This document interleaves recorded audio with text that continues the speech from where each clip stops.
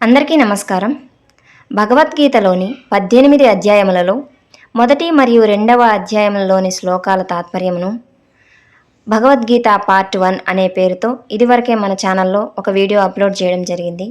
దానికి కొనసాగింపుగా ఇవాల్టి మన ఈ వీడియోలో భగవద్గీతలోని 3 మరియు 4వ అధ్యాయముల గురించి, అందులోని శ్లోకాల తాత్పర్యం గురించి తెలుసుకుందాం. కొత్తగా ఎవరైనా మన ఛానల్ను చూస్తున్నట్లయితే ఈ వీడియోను లైక్ చేసి మన ఛానల్ను సబ్స్క్రైబ్ చేసుకోండి. ఇక ఆలస్యం చేయకుండా వీడియోని ప్రారంభిద్దాం. భగవద్గీత 3వ అధ్యాయం కర్మయోగం. అర్జునుడు ఇలా పలికెను: ఓ జనార్దన, జ్ఞానం అనేది కర్మ కంటే శ్రేష్టమైనదైతే మరి నన్ను ఈ ఘోరమైన యుద్ధం ఎందుకు చేయమంటున్నావు? నీ అస్పష్టమైన ఉపదేశంతో నా బుద్ధి అయోమయంలో పడిపోయింది.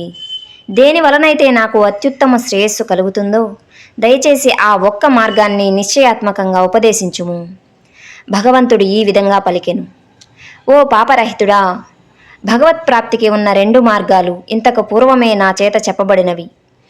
జ్ఞాననిష్ఠయందు ఆసక్తి కలవారికి జ్ఞాన మార్గము, మరియు పనుల పట్ల ఆసక్తి కలవారికి కర్మ మార్గము. మనుషులు కర్మలను ఆచరించకుండా ఉండి కర్మబంధముల నుండి విముక్తి పొందజాలడు. అలాగే కేవలం బాహ్య సన్యాసం ద్వారా జ్ఞానసిద్ధిని పొందజాలడు. ఎవరూ కూడా ఒక్క క్షణం కూడా కర్మను ఆచరించకుండా ఉండలేరు. నిజానికి అన్ని ప్రాణులు తమ తమ ప్రకృతి జనితమైన త్రిగుణముల స్వభావములచే ప్రేరేపితమై కర్మలు చేయవలసి అయి ఉండును. బాహ్యమైన కర్మేంద్రియములను అదుపులో ఉంచినా మనసులో మాత్రం ఇంద్రియ విషయములపైనే చింతన చేస్తూ ఉండేవారు తమని తామే మోసం చేసుకునేవారు. అలాంటి వారు కపటులు అనబడతారు. కానీ అర్జున, తమ జ్ఞానేంద్రియములను మనసులో అదుపు చేసి కర్మేంద్రియములతో మమకారాసక్తులు లేకుండా పనిచేసే కర్మయోగులు నిజంగా ఎంతో శ్రేష్ఠులు. కాబట్టి నీవు వేదముల అనుగుణంగా విధింపబడ్డ కర్తవ్యమును నిర్వహించాలి. ఎందుకంటే పనులు చేయటం అనేది క్రియారాహిత్యం కన్నా ఉత్తమమైనది. క్రియాకలాపములను విడిచిపెట్టడం వలన శరీర నిర్వహణ కూడా సాధ్యం కాదు. పనులను ఒక యజ్ఞంలాగా భగవత్తర్పితంగా చేయాలి, లేదా ఆ పనులు మనల్ని ఈ ప్రపంచంలో కర్మబంధములలో కట్టివేస్తాయి. కాబట్టి ఓ కుంతీపుత్రుడా, నీకు నిర్దేశింపబడిన విధులను వాటి ఫలితాలపై ఆసక్తి లేకుండా ఈశ్వర తృప్తి కోసం నిర్వర్తించుము. సృష్టి ప్రారంభంలో బ్రహ్మదేవుడు మానవజాతిని వాటి విధులతో పాటు సృష్టించి ఇలా చెప్పాడు: ఈ యజ్ఞములను ఆచరించడం ద్వారా వర్ధిల్లండి. మీరు సాధించాలనుకున్న వాటన్నింటినీ అవే మీకు ప్రసాదిస్తాయి. మీ యజ్ఞముల చేత దేవతలు ప్రీతి చెందుతారు. దేవతలు మనుషుల మధ్య పరస్పర సహకారం వలన అందరికీ గొప్ప శ్రేయస్సు, సౌభాగ్యం కలుగుతుంది. యజ్ఞములు చేయటం వలన తృప్తి చెందిన దేవతలు జీవిత నిర్వహణకు అవసరమైన అన్నింటినీ ప్రసాదిస్తారు. తమకు ఇవ్వబడిన దానిని తిరిగి నివేదించకుండా తామే అనుభవించేవారు నిజానికి దొంగలే. యజ్ఞములలో ముందుగా నివేదించగా మిగిలిన ఆహారమునే భుజించే ఆధ్యాత్మిక చింతన గల సత్పురుషులు సర్వ పాపముల నుండి విముక్తులవుతారు. తమ భోగమునకే అన్నం వండుకునేవారు పాపమునే భుజించుతారు. సమస్త జీవులు ఆహారం మీద ఆధారపడి నివసిస్తాయి, మరియు వర్షముల వలన ఆహారం ఉత్పన్నమవుతుంది. యజ్ఞములు చేయటం వలన వానలు కురుస్తాయి, మరియు నిర్దేశింపబడిన కర్తవ్యముల ఆచరణచే యజ్ఞం జనిస్తుంది. మానవుల విహిత కర్మలు వేదములలో చెప్పబడ్డాయి, మరియు వేదం స్వయంగా ఆ భగవంతుని నుండే వ్యక్తమయ్యాయి. కాబట్టి సర్వవ్యాప్తి అయిన భగవంతుడు నిత్యము యజ్ఞ కార్యములలో స్థితుడై ఉంటాడు. వేదములచే నిర్దేశించబడిన ఈ యజ్ఞచక్రములో తన బాధ్యతను నెరవేర్చని వారు పాపులు. వారు తమ ఇంద్రియ భోగముల కోసమే జీవిస్తారు. అట్టి వారి జీవితము వ్యర్థము. కానీ ఎవరైతే ఆత్మయందే రమింతురో, జ్ఞానోదయులై ఆత్మయందే సంతుష్టులుగా ఉందురో వారికి ఎట్టి కర్తవ్యము ఉండదు. ఇటువంటి ఆత్మజ్ఞానులైన వారు తమ విధులను చేయటం వలన కానీ చేయకపోవటం వలన కానీ వారికి వచ్చేవి పోయేవి ఏమీ ఉండవు. తమ స్వార్థ ప్రయోజనం కోసం వారు ఇతర జీవుల మీద ఆధారపడవలసిన అవసరం లేదు. కాబట్టి మమకారాసక్తులను విడిచిపెట్టి ఆసక్తిరహితులై నీ పనులను ఒక కర్తవ్యములుగా నిర్వహించు. ఏలననా కర్మఫలములపై ఆసక్తి లేకుండా పనిచేయటం వలన మానవుడు ఆ పరమాత్మని చేరుకొనగలడు. తమ ధర్మములను నిర్వహించడం ద్వారానే జనక మహారాజు వంటి వారు సిద్ధిని పొందారు. ప్రపంచానికి ఒక చక్కటి ఆదర్శం చూపటానికి నీవు కూడా నీ కర్తవ్య నిర్వహణ చేయాలి. గొప్పవారు చేసే పనులను సామాన్య జనులు అనుకరిస్తారు. వారు నెలకొల్పిన ప్రమాణాన్నే ప్రపంచమంతా అనుసరిస్తారు. ఈ 3 లోకాల్లో నాకు చేయవలసిన కర్తవ్యం ఏమీ లేదు. అర్జున, నాకు పొందవలసినది కూడా ఏమీ లేదు, సాధించవలసినది కూడా లేదు. అయినా నేను చేయవలసిన విధులను చేస్తూనే ఉంటాను. నేను నా విహిత కర్మలను జాగ్రత్తగా చేయనిచో, ఓ పార్థ, అందరూ మనుషులు నా దారినే అన్ని విధాలుగా అనుసరిస్తారు.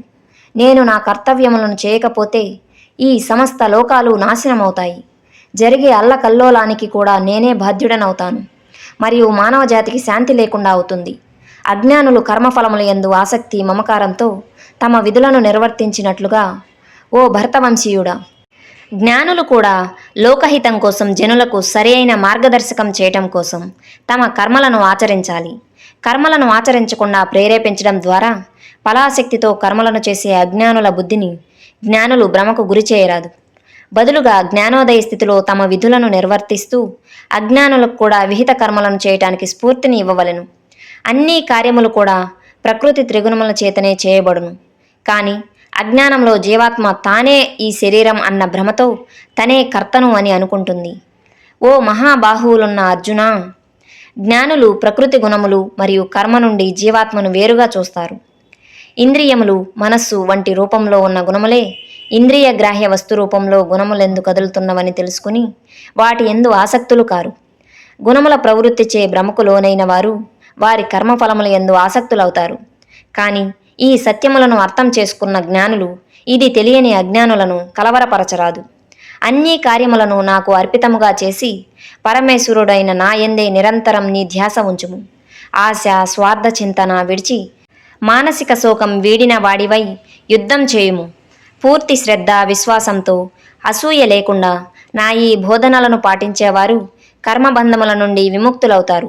కానీ జ్ఞానం లేక మరియు విచక్షణ లోపించి నా ఈ బోధనలలో లోపాలను వెతికేవారు ఈ సిద్ధాంతములను నిర్లక్ష్యము చేసి తమ భ్రష్టత్వాన్ని తామే కోరి తెచ్చుకుంటారు. వివేకవంతులు కూడా తమ ప్రకృతి స్వభావం అనుసరించి పనులు చేస్తారు. అన్ని ప్రాణులు తమ తమ సహజ ప్రవృత్తికి అనుగుణంగా నడుచుకుంటాయి. దీనిని నిగ్రహించటం వల్ల ఏమీ ప్రయోజనం? ఇది ఇంద్రియములు సహజంగానే ఇంద్రియ వస్తు విషయములపై రాగద్వేషములు కలిగి ఉంటాయి. కానీ వాటికి వశము కాకూడదు.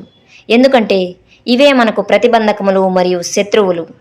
ఇతరుల ధర్మాన్ని చక్కగా చేయటం కన్నా లోపాలతో కూడి ఉన్నా సరే తమ సహజ ధర్మాన్ని నిర్వర్తించడమే అత్యుత్తమం. నిజానికి స్వధర్మాన్ని నిర్వహించడంలో మరణించినా కూడా మంచిదే. కానీ ఇతరుల ధర్మాన్ని అనుసరించడం ప్రమాదకరమైనది. అర్జునుడు ఇలా అడిగాడు: ఓ వృష్ణివంశీయుడా, శ్రీకృష్ణ, ఎందుకు ఒక వ్యక్తి అయిష్టంగానైనా బలవంతంగా ఏదో శక్తి చేపించినట్లుగా పాపపు పనులు చేయటానికి ప్రేరేపింపబడును? సర్వోన్నత భగవంతుడు ఇలా పలికెను: రజోగుణము నుండి ఉత్పన్నమయ్యే కామమే తదుపరి క్రోధముగా పరిణామం చెందుతుంది. దీనిని లోకంలో సర్వనాశనం చేసే పాపిష్టి దానిగా తెలుసుకొనుము. నిప్పు పొగచే కప్పబడినట్టుగా, అద్దం దుమ్ముచే మసకబారినట్టుగా, గర్భాశయముచే భ్రూణ శిశువు ఆచ్ఛాదింపబడినట్టుగా ఒక వ్యక్తి యొక్క జ్ఞానము కామముచే కప్పివేయబడుతుంది. అత్యంత వివేకవంతుల జ్ఞానము కూడా ఎప్పటికీ తృప్తిపరము కాని కోరికల రూపంలో ఉన్న శత్రువుచే కప్పివేయబడుతుంది. ఇది ఎన్నటికీ తీరదు మరియు అగ్నివలే మండుతూనే ఉంటుంది. ఓ కుంతీపుత్రుడా, ఇంద్రియములు, మనస్సు, బుద్ధి ఇవి కోరికల మూలస్థానమని చెప్పబడతాయి. వాటి ద్వారా అది వ్యక్తి జ్ఞానాన్ని మరుగుపరుస్తుంది మరియు జీవాత్మని భ్రమకు గురి చేస్తుంది. కాబట్టి ఓ భరతశ్రేష్ఠుడా, మొదట్లోనే ఇంద్రియములను నియంత్రణలోకి తెచ్చి జ్ఞాన విజ్ఞానములను నశింపజేసే ఈ పరమ పాపిష్టి కామము అనే శత్రువును నిర్మూలించుము. స్థూల శరీరం కన్నా ఇంద్రియములు ఉన్నతమైనవి. ఇంద్రియముల కన్నా మనస్సు ఉన్నతమైనది. మనస్సు కన్నా ఉన్నతమైనది బుద్ధి. మరియు బుద్ధి కన్నా మరింత ఉన్నతమైనది ఆత్మ. ఈ విధంగా జీవాత్మ అనేది భౌతికమైన బుద్ధి కన్నా ఉన్నతమైనది అని తెలుసుకొని, ఓ మహాబాహువులు కలవాడా, ఇంద్రియ మనోబుద్ధులు అనబడే నీ నిమ్న అస్తిత్వాన్ని ఆత్మశక్తి అనబడే నీ ఉన్నత అస్తిత్వంచే వశపరుచుకొనుము. మరియు కామమనే బలీయమైన శత్రువును సంహరించుము. ఇది ఉపనిషత్తుల సారాంశం, బ్రహ్మ విద్య, యోగశాస్త్రం, శ్రీ కృష్ణార్జున సంవాదము అయిన శ్రీమద్భగవద్గీతలోని కర్మయోగము అను 3వ అధ్యాయము. ఇప్పటి వరకు ఈ వీడియోని పూర్తిగా చూసిన ప్రతి ఒక్కరికి నా ధన్యవాదాలు. ఇలాంటి మరెన్నో వీడియోలు చూడాలనుకుంటే వెంటనే మన ఛానల్ను లైక్ చేసి సబ్స్క్రైబ్ చేసుకోండి. మరో వీడియోలో మళ్ళీ కలుద్దాం. అంతవరకు సెలవు.